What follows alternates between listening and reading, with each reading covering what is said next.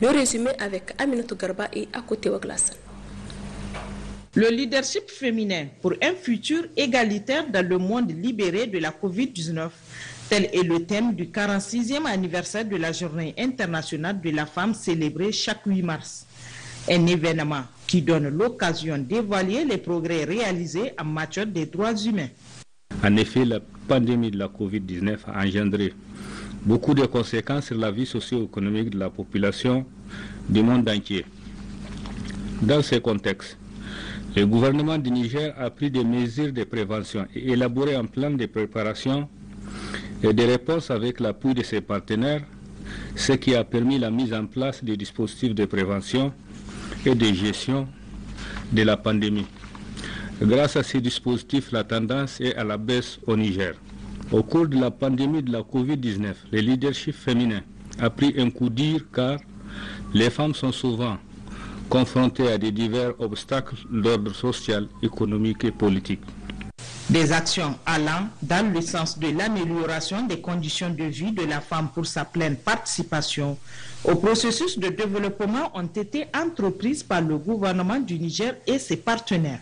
Face à la persistance des inégalités entre les femmes et les hommes, leur participation à la gestion publique, l'État a consenti des efforts substantiels à réviser en 2019 la loi 2000-008 instituant à titre transitoire le système de quotas dans les fonctions électives au gouvernement et dans l'administration de l'État. Ainsi, le taux électif est passé de 15 à 25% et le taux nominatif de 25 à 30%. Le décret d'application de cette loi a été adopté le 26 août 2020. Aussi, pour renforcer ce dispositif, notre département ministériel s'est doté d'un programme national pour la promotion du leadership féminin au Niger, qui a pour but de promouvoir le leadership des femmes. Cette journée, rappelons-le, symbolise des luttes menées par les femmes du monde entier pour faire valoir leurs droits. Restons toujours dans la journée mondiale du 8 mars cette année qui est marquée à Niamey par l'organisation d'une conférence débat initiée par l'ONG Femmes, Action et Développement FAD, placée sous le thème Leadership féminin pour un futur égalitaire dans le monde marqué par la crise de la Covid-19. Il s'agit à travers ce thème de célébrer les efforts déployés par les femmes et les filles du monde entier pour une relance égalitaire. Djemila Amadou, Boubacar Suleiman. Cette participation effective des femmes à la conférence débat organisée par l'ONG FAD démontre l'engagement des unes et des autres à une plus grande responsabilité dans la sphère politique. Elles sont nombreuses aujourd'hui à témoigner de leur engagement à l'attachement du leadership féminin. Un partage d'expériences qui aura permis d'identifier et d'évaluer le chemin parcouru par plusieurs femmes lors des dernières élections. En dépit de certaines difficultés rencontrées sur le terrain, ces participantes ne s'avouent pas vaincues et promettent de revenir sur le devant de la scène avec plus de détermination.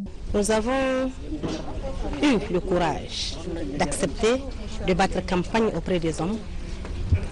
Les résultats, ce n'est pas ça qui est important, c'est la leçon retenue qui est importante. Nous nous sommes dit qu'à la fin, la femme doit mieux s'armer, doit mieux se prémunir, sans se décourager, aller encore vers son électorat pour convaincre et obtenir les voix nécessaires. Donc celles qui ont été élues, c'est vraiment de connaître véritablement les rôles et les responsabilités qui les attendent, parce qu'il ne suffit pas de se faire élire, il faut se dire que le défi reste énorme, donc il va falloir qu'elle lutte au sein de ces instances décisionnelles pour occuper des postes de responsabilité et des postes qui peuvent faire valoir l'intérêt auquel leur population ont voté pour eux, pour elles plutôt. Et celle qui n'a pas été élue, c'est de persévérer, continuer le combat, continuer à se positionner dans son parti politique, faire connaître son programme pour les prochaines élections, mobiliser son électorat pour que le travail soit beaucoup moins difficile. Un combat que beaucoup de partenaires techniques et financiers comme l'Agence belge de développement a réaffirmé sa disponibilité à accompagner l'ONG FAD. Cette occasion de la Journée mondiale de la femme, c'est une occasion très spéciale, mais en fait, on ne se limite pas à cette journée. C'est une lutte de tous les jours. Et je vous admire vraiment parce que bon, le contexte n'est pas toujours facile. Mais même dans les pays européens comme le mien, c'est pas toujours facile non plus. Il nous a fallu aussi des quotas. Il y en a des personnes qui disent je suis pas en faveur des quotas parce que c'est forcé, c'est brusqué un peu. Mais l'histoire nous prouve qu'il nous faut des quotas. À travers cette rencontre d'échange et de partage de connaissances, l'espoir renaît, la lutte pour le changement s'intensifie, d'autres vont s'inspirer d'exemples pour défendre l'intérêt commun des femmes. Nous avons un invité sur ce plateau, M. Yves Aboumuguicha, directeur pays de World Vision. M. Aboumuguicha, bonsoir. Bonsoir. Présentez-nous brièvement World Vision.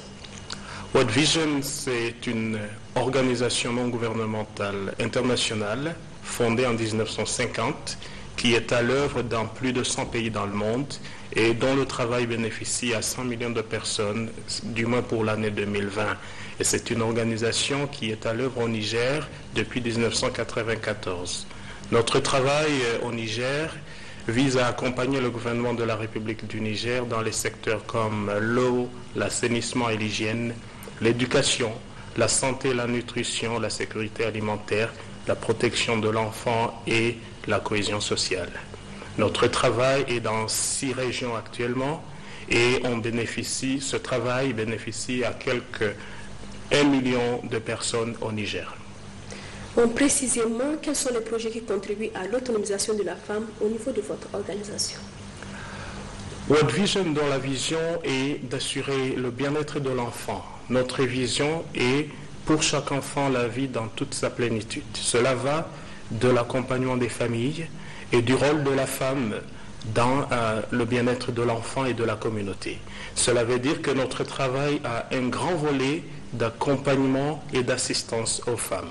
L'un des volets importants que nous mettons en œuvre, c'est l'autonomisation financière et économique des femmes, à travers notamment un programme des groupes d'épargne et de crédit des femmes, où nous appuyons 3424 groupes d'épargne des femmes, réunis en 72 unions et 3 fédérations, et un total de membres de 55 000 femmes. Ça, c'est un grand travail qui permet à ces femmes de mobiliser un capital qui leur permet de financer des activités génératrices de revenus, de pouvoir appuyer leurs enfants, de pouvoir assurer aussi leur autonomie financière, ce qui répond aussi à un souci majeur.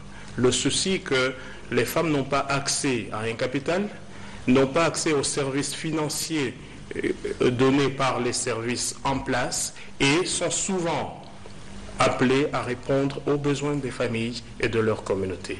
Ce volet nous permet de les accompagner tout en appuyant aussi l'éducation qui est un autre volet important pour l'autonomisation et assurer leur leadership féminin au pays comme dans le monde. Alors, les Nations Unies accompagnent le Niger dans le cadre de la lutte contre les violences faites aux femmes et aux filles et également dans la promotion de l'hygiène menstruelle. Comment se positionne alors World Vision pour accompagner les efforts du Niger? World Vision accompagne le gouvernement de la République du Niger dans son programme de lutte contre les violences faites aux femmes. Nous menons une campagne lancée officiellement par son Excellence Madame la Ministre de la Protection de l'Enfant et de la Promotion de la Femme le 18 mai 2018 qui vise à lutter contre les violences faites aux enfants. Et dans ce volet, le grand problème auquel nous nous attaquons au Niger, c'est notamment le mariage des enfants, qui prive les filles d'accès à l'éducation, d'aller plus loin, d'aller vers leurs rêves. Et en plus de cela, nous nous attaquons aussi aux violences faites aux femmes dans différents volets, notamment leur permettre l'autonomisation, comme on en discutait tantôt, mais aussi les accompagner dans nos programmes d'eau, assainissement et hygiène, en mettant à leur disposition des kits de dignité qui leur permettent, par exemple aux filles, de continuer à étudier même quand c'est le moment de leur cycle menstruel, et de mettre à disposition et dans nos structures et dans toutes les infrastructures, notamment les latrines que nous construisons, que ce soit pour les écoles ou les sites de réfugiés ou de personnes déplacées, nous assurer qu'il y a un dispositif qui permette aux femmes d'être en aisance, de pouvoir changer, de pouvoir aussi bénéficier de ce service de dignité. Et ça, c'est important pour accompagner les femmes et leur permettre de se sentir à l'aise et de continuer à contribuer au développement et au bien-être de ce pays. Justement, à l'occasion de la Journée internationale de la femme en 8 mars 2021, quel message avez-vous à l'endroit de toutes les femmes du monde en général et celles de votre institution et zone d'intervention en particulier? World Vision salue le travail des femmes et le leadership. En cette période de pandémie de Covid-19, force est de constater que 73% du personnel médical dans le monde est féminin. Et il faut saluer le travail que les femmes font pour la prévention et la lutte contre la pandémie dans le monde. Il est une occasion pour moi de féliciter toutes ces femmes, mes collaboratrices, mes collègues, les membres de la communauté humanitaire et l'ensemble des travailleurs féminins au Niger pour le travail qu'elles font, pour la contribution au développement et pour l'avancement chaque jour d'un pas vers la lutte contre la pauvreté. C'est un combat de tous les jours. Ce n'est pas une question du 8 mars. C'est une bataille de tous les jours et nous allons continuer à les accompagner. Je voudrais leur souhaiter une bonne fête, leur dire que leur combat vaut la peine, mais aussi qu'on continue de les appuyer, d'aller vers leurs rêves, d'appuyer l'éducation, pour qu'elles puissent continuer à rayonner sur le plan technique et sur le plan du leadership. Monsieur le directeur, je vous remercie. Je rappelle que vous êtes le directeur pays de World Vision. C'est moi qui vous remercie. Les huissiers de justice étaient en conclave hier à Maradi. Réunis en assemblée générale, ils ont étudié plusieurs points purement corporatistes. Occasion également pour eux de mettre en place un nouveau bureau. Kosokoy Balkissa nous en dit plus. L'information, le rapport moral et financier de la Chambre nationale et régionale et amendement des textes, c'est les points inscrits à l'ordre du jour de la présente assise de la Chambre nationale des huissiers de justice commissaires-priseurs. Cette rencontre qui a convié 175 huissiers de justice des 8 régions du pays a été l'occasion au président Maître Amadou Tani Moundari, élu depuis 2 ans, de présenter le bilan de son action après les 3 mandats. Il a rappelé les faits saillants de la vie de l'organisation sous sa direction. Dans son discours d'ouverture, le secrétaire général du gouvernorat de la région de Maradi, Soumana Karimoun, a salué la détermination et la forte contribution des huissiers de justice, commissaires-priseurs à la bonne marche de l'administration de la justice nigérienne. Les huissiers de justice commissaires-priseurs sont des partenaires privilégiés de l'administration et des particuliers car ils sont un maillon essentiel de l'état de droit et un acteur majeur de la vie économique à travers les constats et le recouvrement des créances. En effet, ils sont en empreinte des juristes de proximité car ils s'approchent de la justice et du justiciable, ce qui cadre parfaitement avec les objectifs du gouvernement de la République du Niger qui vise l'accès à tous aux services publics de la justice conformément aux objectifs du millénaire pour le développement. L'Assemblée générale a procédé à l'élection des membres du nouveau bureau. Un bureau de séance a conduit le processus électoral. C'est ainsi que Maître Aboubakar Abdoulaye Chalaré est élu nouveau président de la Chambre. Dans une joie à peine contenue, il se dit prêt à assumer avec probité et dévouement ses fonctions. Avec les autres membres élus, il entend consolider les acquis et lutter pour l'atteinte des objectifs. C'est un sentiment de reconnaissance. La reconnaissance de mes collègues, de mes confrères, vis-à-vis de la confiance portée à ma modeste personne pour m'élire à ce prestigieux poste, combien honorable pour nous. Et je les appelle à l'unisson pour que nous puissions travailler la main dans la main afin de faire réunir notre profession. Parce que c'est une fonction qui est mal connue du grand public. Nous allons essayer de faire comprendre le travail de l'huissier de justice aux citoyens lambda en tant qu'acteur principal de la chaîne judiciaire, parce que nous sommes à l'entrée et à la sortie de la justice. C'est sur une note de satisfaction générale des participants qu'a pris fin cette assemblée générale.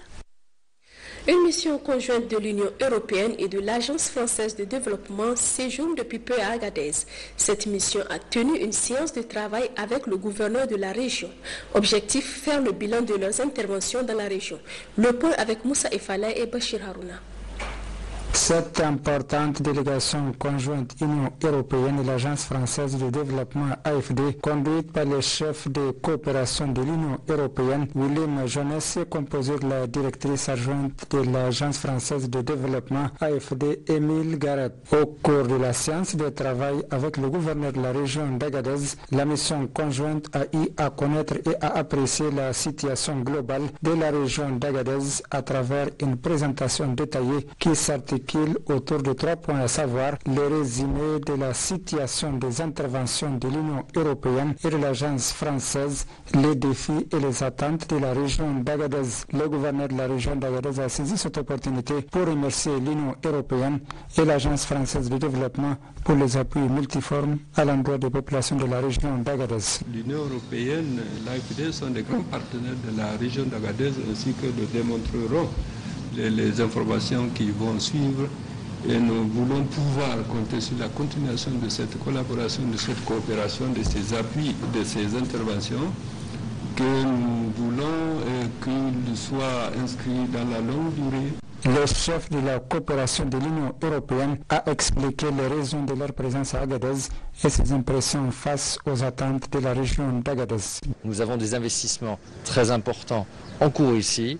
Il s'agit de faire le point, voir est-ce que les réalisations sont bien là, où est-ce qu'il y a des soucis, nous allons essayer de les régler et continuer à pousser ce partenariat fort auquel nous sommes très très attachés. Je pense que c'est très utile pour nous d'avoir cet aperçu justement au moment où l'Union européenne réfléchit et va rentrer dans le dialogue avec les autorités nationales sur les nouveaux programmes 2021-2027. Pour remarquer la présence au cours de cette séance de travail, marquée aussi par la remise de cadeaux aux membres de la délégation des chefs des programmes de l'Union européenne et de l'Agence française de développement. Durant son séjour à Agadez, la mission conjointe aura à effectuer une série de visites et de rencontres d'échanges avec les autorités et les acteurs locaux à Agadez.